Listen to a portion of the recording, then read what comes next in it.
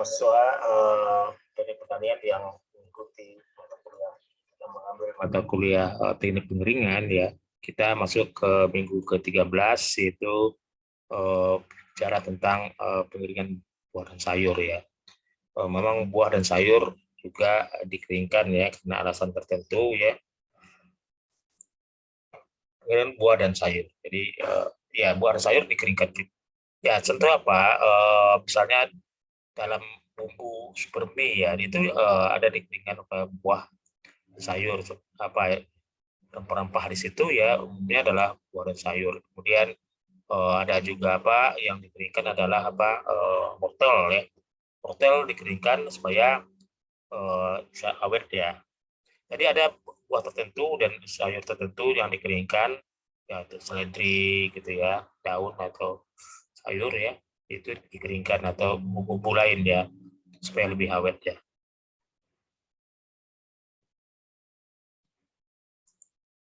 Pengeringan buah dan sayur, tujuan pengeringan adalah mengurangi kandungan air ya dalam buah bahan-bahan pangan sehingga akan mengurangi risiko dari gangguan aktivitas mikroba. Itu memang tujuan dari pengeringan ya. Bahan pangan dengan kadar air tinggi, AW-nya tinggi kalau pangan ya, maka akan berisiko tinggi terhadap gangguan aktivitas mikroba. Jadi bahan pangan yang seperti itu maka mikrobanya akan tinggi. Aktivitas mikroba tersebut ya akan menyebabkan kerusakan bahan pangan seperti pembusukan dan penyamuran. Maka salah satu cara dilakukan dengan pengeringan buah dan sayur sehingga kadar airnya jadi rendah dan mikrobanya tidak bisa berfungsi hidup ya. Pengeringan secara alami dengan menggunakan panas sinar matahari berbeda dengan mekanis ya. Jadi berbeda alami dengan mekanis karena alami itu dijemur ya, mekanis dengan alat mekanis, tapi pengeringan dengan mekanis ya lebih terkontrol gitu aja ya.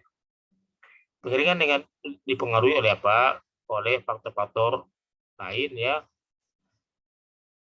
lain komponen bahan, bentuk bahan, suhu pengeringan dan perlakuan sebelum pengeringan ya. Ini berpengaruh terhadap apa? Terhadap pengeringan itu sendiri ya. Jadi apalagi apa namanya komponen bahan ya, bentuk bahan, suhu pengering ya dan perlakuan sebelum pengeringan. Ini adalah faktor yang mempengaruhi pengering buah dan sayur ya.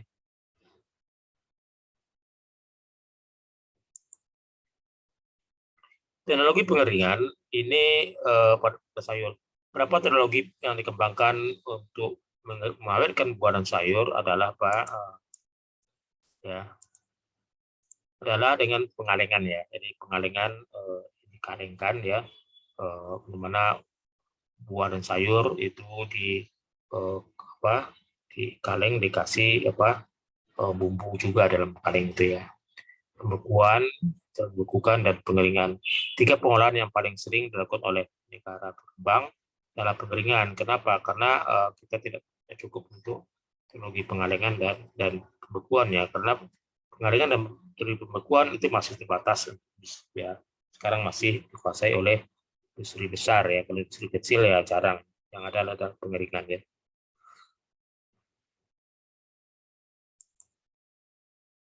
Persiapan pengeringan buah dan sayur, teknik pengeringan berupa teknologi tepat guna ya,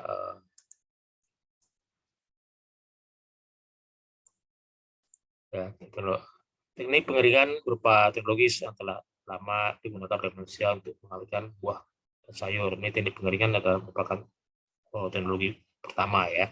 Mengurangi kadar air merupakan satu cara untuk mencegah serang mikroba sehingga buah dan sayur tidak cepat membusuk ya.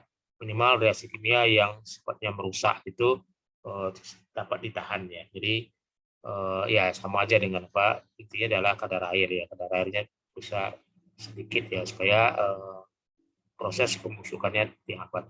Pengeringan akan berdampak pada menurunnya berat produk, memudahkan dalam pengemasan dan penyimpanan serta penurunan biaya transportasi. Ini ya tujuan dari pengeringan ya. Atau dampak samping dan pengeringan. Intinya adalah pengeringan itu untuk pengawetan ya. Tapi dengan memudahkan dalam pengemasan dan tujuan tambahan ya. Ya.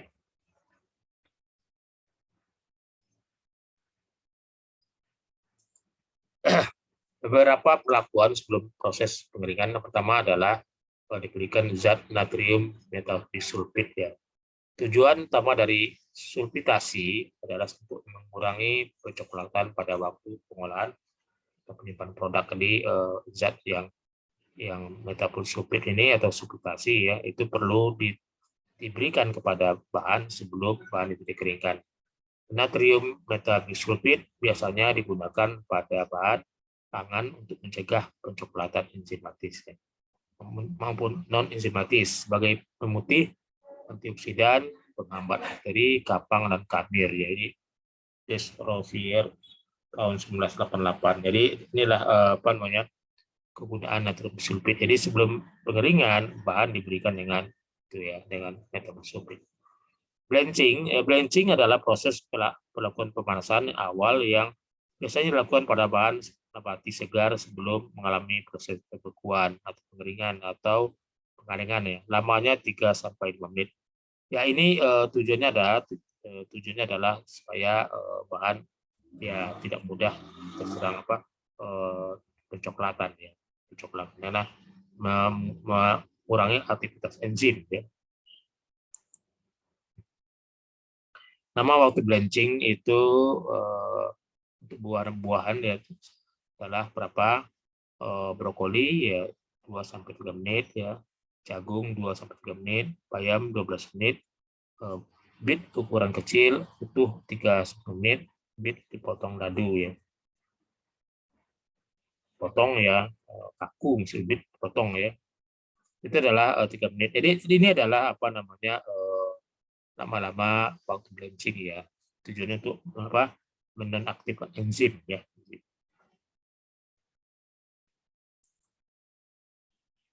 Pengeringan buah dan sayur itu adalah ya bisa dikeringkan dengan menggunakan penjemuran ya, sun drying.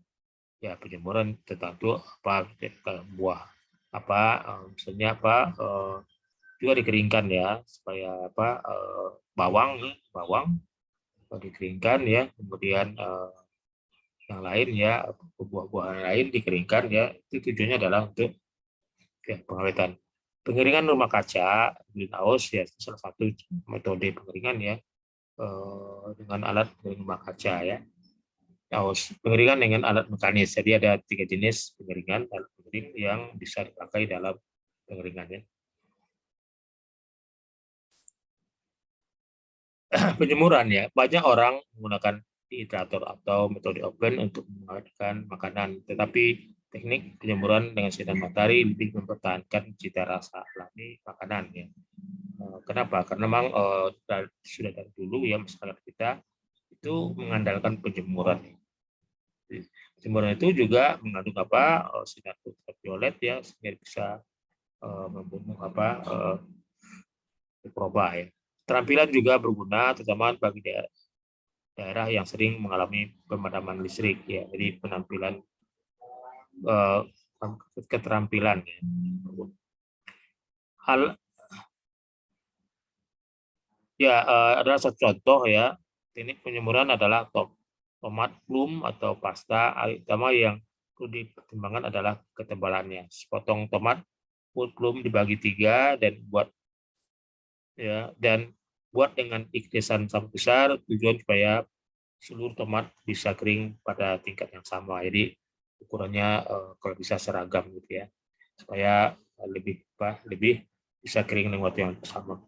Aprikot dan persik ya bisa dipotong 2 dan ditempelkan keduanya sebelum potong lebih kecil dan timur ya. Buah-buahan seperti apel, aprikot dan pir harus direndam dulu dalam jus lemon atau larutan asam ascorbat sekitar 5 menit. Sebelum ditempatkan di rak penjemuran, ini menjaga supaya daging buah tidak berubah menjadi coklat. Ini adalah usaha-usaha yang dilakukan untuk pengeringannya buah-buahan, apel, aprikot, dan pir ya.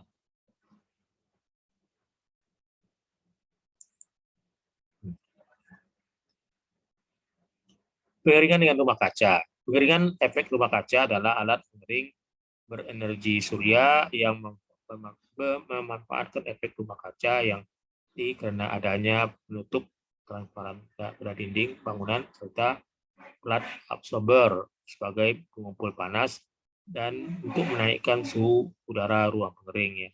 Lapisan transparan memungkinkan radiasi gelombang pendek dari matahari masuk ke dalam bahan, sehingga radiasi gel pendek yang terpantul berubah menjadi gel sepanjang dan tertangkap pada bangunan karena tidak dapat menembus penutup transparan sehingga suhu menjadi lebih tinggi ya. Proses ini adalah dinamakan efek rumah kaca. Jadi pengeringan dengan rumah kaca itu supaya suhunya lebih tinggi daripada pengeringan dari sinar langsung ya.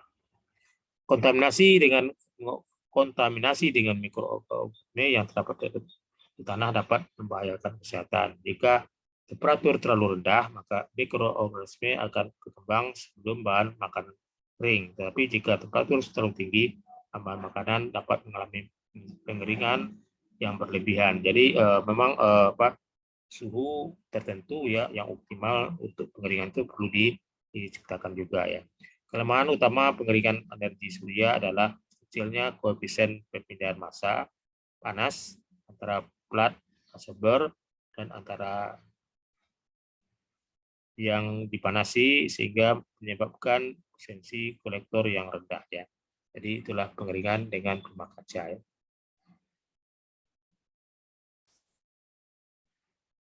Pengeringan dengan alat mekanis, pengeringan buah dan sayur dapat dilakukan dengan alat mekanis tipe rak atau tipe bed ya. Untuk produk pangan membutuhkan sedikit biaya investasi.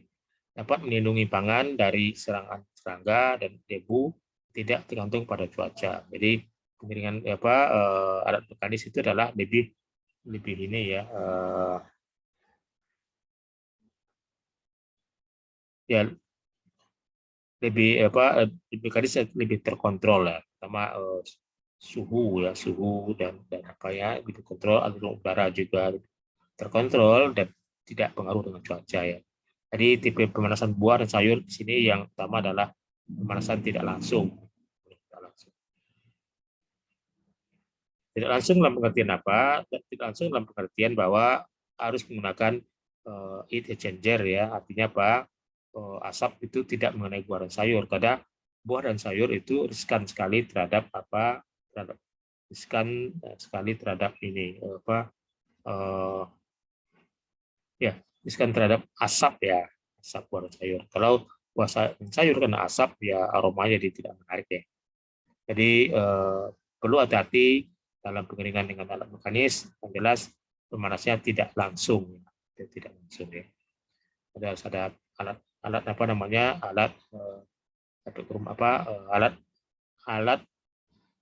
ya, ada heat exchanger ya, alat penukar panas ya.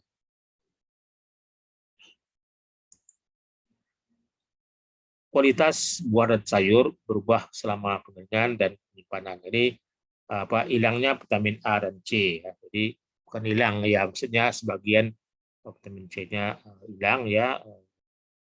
Kemudian hilangnya zat men, karotenit dan klorofil ya, pengeringan. Jadi pengeringan itu ya memang mutu buah dan sayur itu agak lebih berkurang karena ada faktor yang hilang ya. Ada oksidatif dan kehilangan rasa. Itu yang disebabkan oleh buah kering ya. Memang kurang menarik di buah dan sayur kering, tetapi itu juga perlu ya. Terutama orang-orang yang misalnya di daerah yang tidak ada buah dan sayur, maka kalau sayur kering juga boleh dimakan. Pruning dan peran sulfur dioksida ya. Pruning jadi proses pruning ya.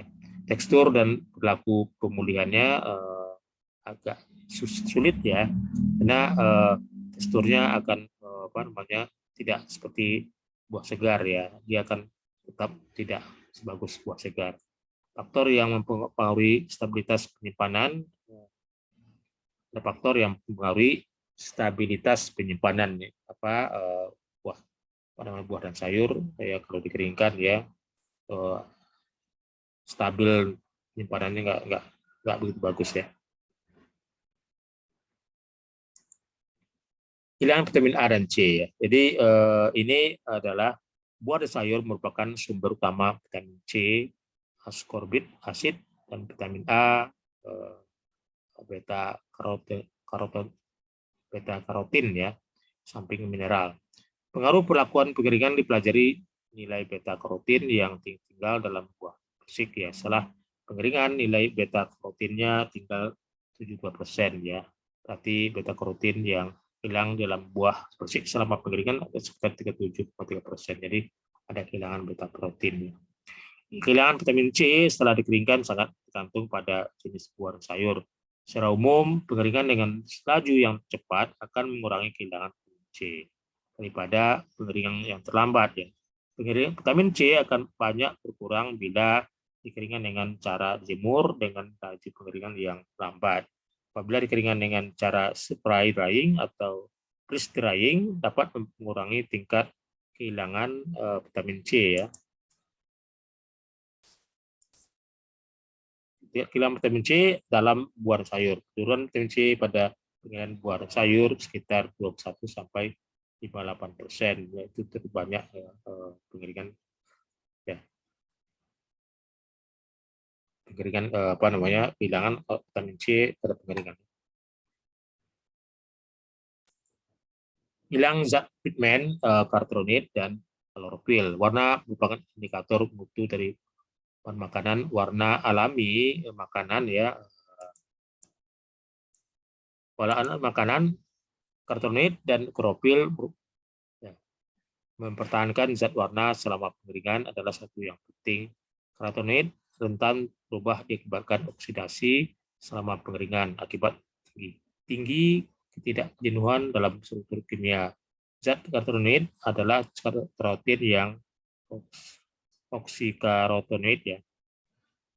Pencucian padatan terlalu selama blanching memiliki pengaruh yang besar terhadap kestabilan carotenoid ya dalam protein selama pengeringan dan penyimpanan. Kehilangan carotenoid akan lebih besar dengan semakin besarnya tingkat pencucian padatan terlarut. Perlakuan pemberian garam metabisulfit pada karotel dapat membuat karotin lebih stabil karotel selama pengeringan dan penyimpanan. Jadi carotenoid ini adalah ya zat yang diperlukan ya dalam vitamin C. Sulfurosida mempunyai sifat pelindung terhadap carotenoid ya. Dengan wortel tidak ada perlakuan blanching. Jadi ada perlakuan blanching itu juga akan melindungi ya carotenoid. Sulfitasi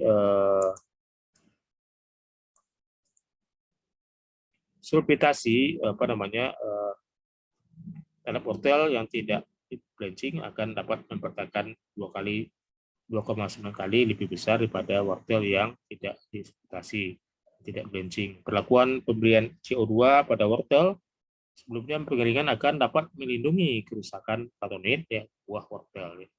Jadi semakin tinggi konsentrasi CO2, semakin efektif daya pelindungan terhadap kerusakan carotenoid. Ya, jadi memang dalam pengeringan itu zat pigmen ya, pigmen, carotenoid dan klorofil adalah perlu dipertahankan ya, karena memang ciri khas dari dari buah. Klorofil itu adalah ciri dari buah yang hijau ya, hijau. Carotenoid adalah ya ciri pigmen dari buah ya.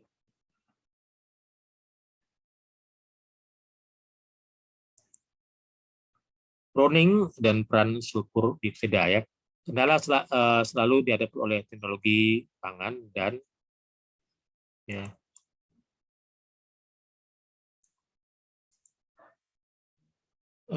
oleh teknologi pangan dalam penyimpanannya. Jadi memang ada kendalanya. Hasil pengeringan buah dan sayur ya dalam jangka panjang adalah perubahan warna karena kecoklatan, ada proses browning.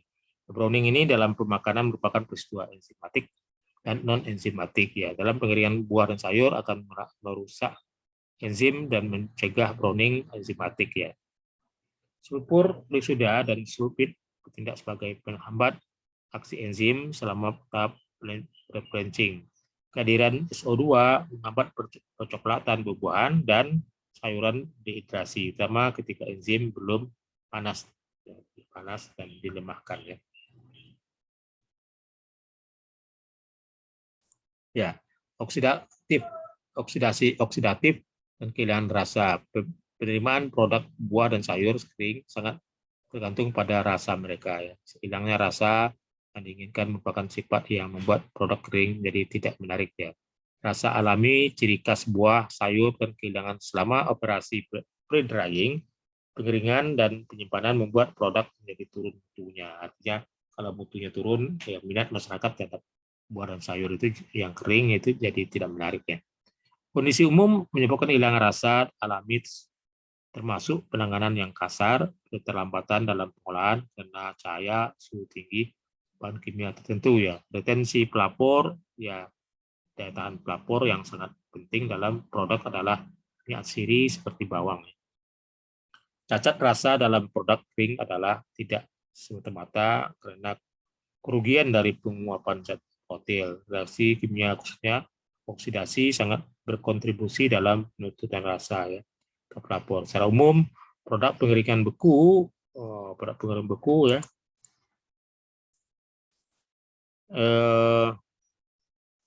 memiliki rasa lebih disukai daripada pengeringan dengan udara panas. Ya, kenapa? Karena pengering beku itu prosesnya adalah proses dingin ya, dingin dan air dalam es langsung menguap jadi jadi gas dalam bentuk sublimasi ya.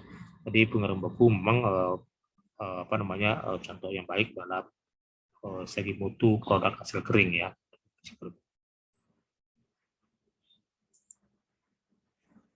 Tekstur dan perilaku pemulihan pengeringan produk dengan udara panas merupakan metode yang paling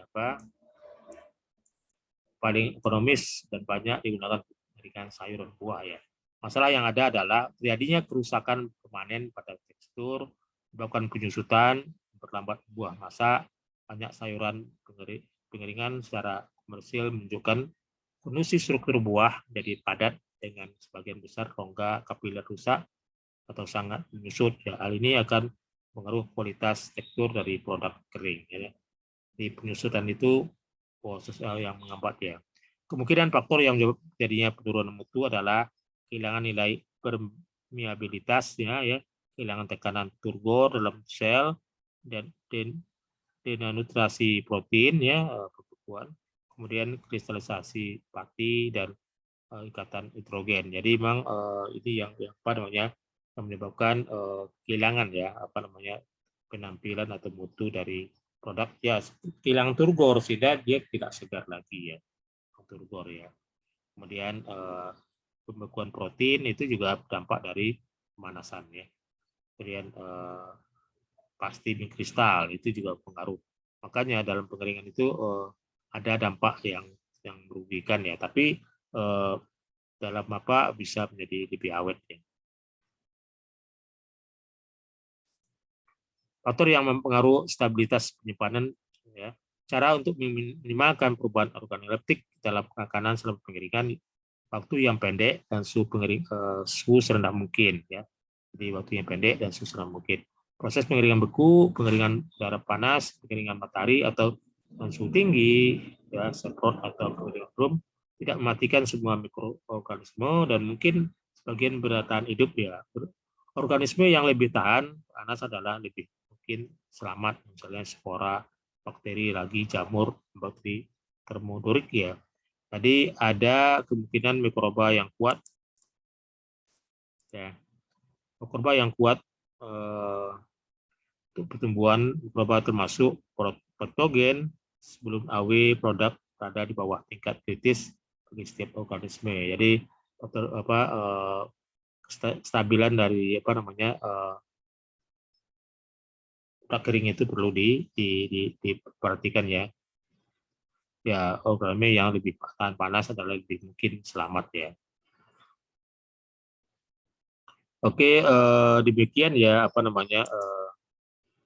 kuliah tentang pengeringan apa? Pengeringan sayur ya, buah dan sayur, karena buah dan sayur itu memang ada masalah juga dalam pengeringan. Kalau pengeringan itu membuat mutunya juga akan berubah, tetapi ya bisa lebih awet ya. Memang ya kita harus bisa terbiasa harus memakan bahan kering ya, kering. Memang setelah dikeringkan tidak akan sama dengan buah segar ya. Oke, sampai demikian saya tutup. Wassalamualaikum warahmatullahi wabarakatuh.